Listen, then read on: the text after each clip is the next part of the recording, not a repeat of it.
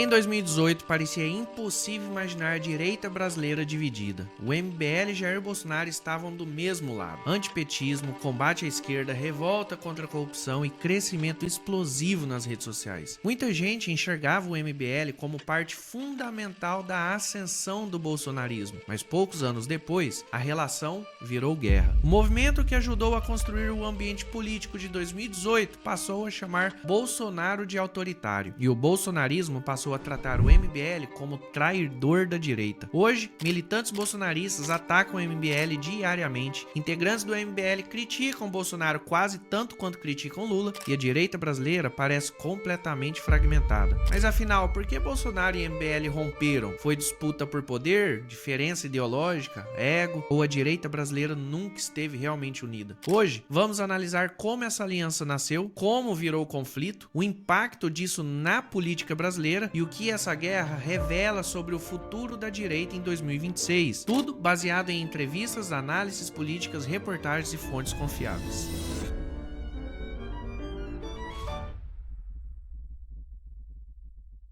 Fala, tropa do canal Hora Certa. Hoje o vídeo é sobre uma das maiores guerras políticas da direita brasileira, MBL contra Bolsonaro. O grupo que ajudou a criar o ambiente político de 2018 acabou virando um dos maiores inimigos do bolsonarismo. Mas afinal, por que eles romperam? Quem traiu quem? E o que essa briga revela sobre a direita brasileira? Já deixa seu like, se inscreva no canal e bora entender como antigos aliados viraram adversários políticos. Antes de Bolsonaro virar presidente, a direita brasileira estava desorganizada politicamente. O MBL ajudou a ocupar esse espaço através das redes sociais, do antipetismo, das manifestações de rua e do discurso antissistema. O MBL surgiu durante a crise do governo Dilma Rousseff e ganhou força liderando manifestações pelo impeachment. Se quiser saber mais sobre esse movimento, assista esse vídeo que eu vou deixar aqui no card. Enquanto isso, Bolsonaro crescia como deputado outsider, defendendo conservadorismos, criticando corrupção, atacando o PT e construindo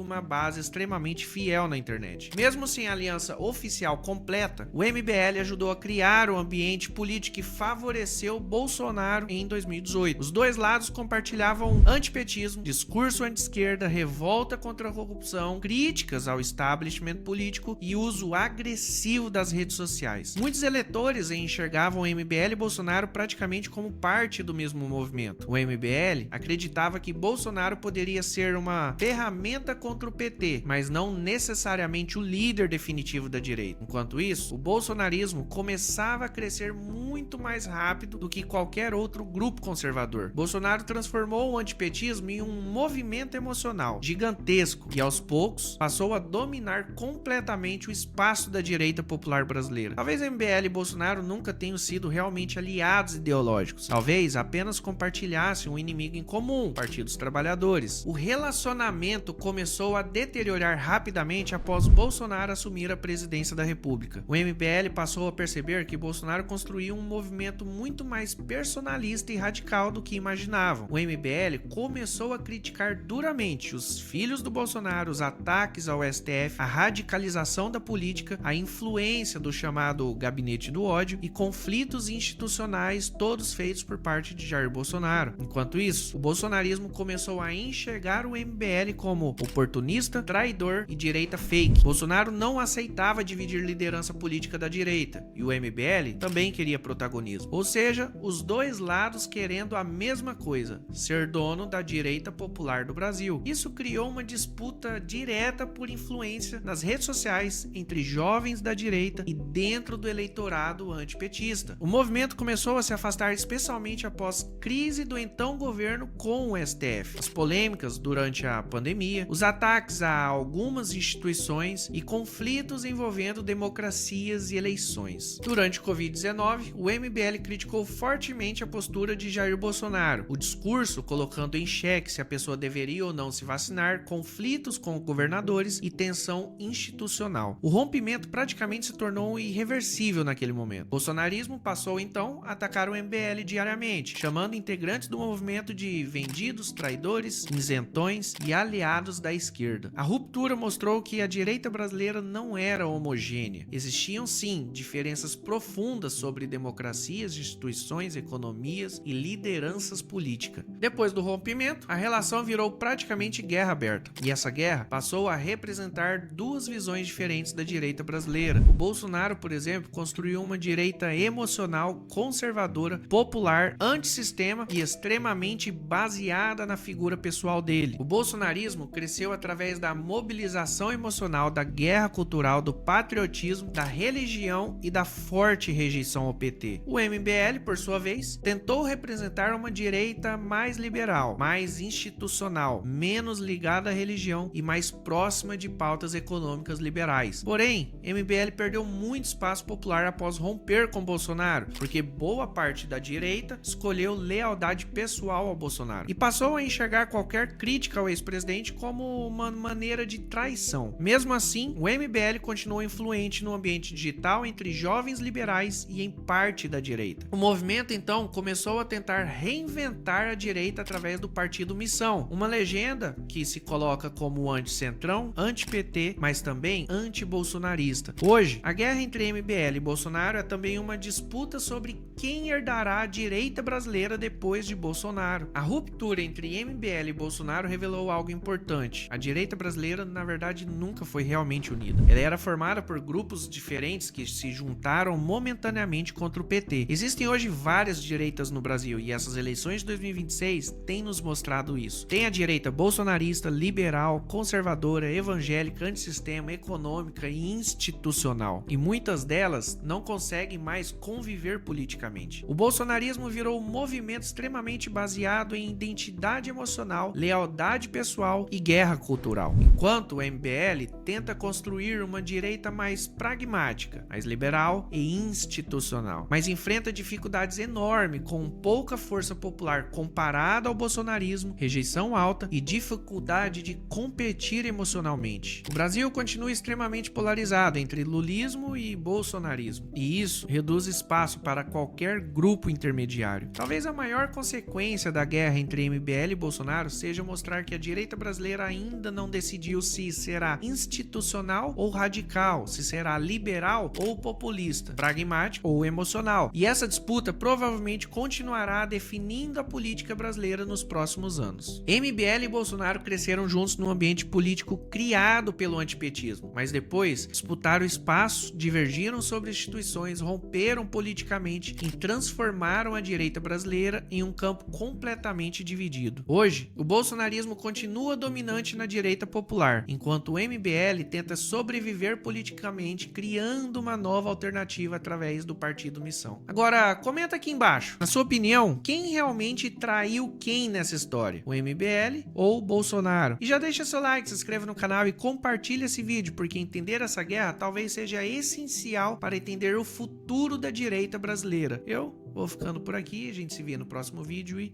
fui!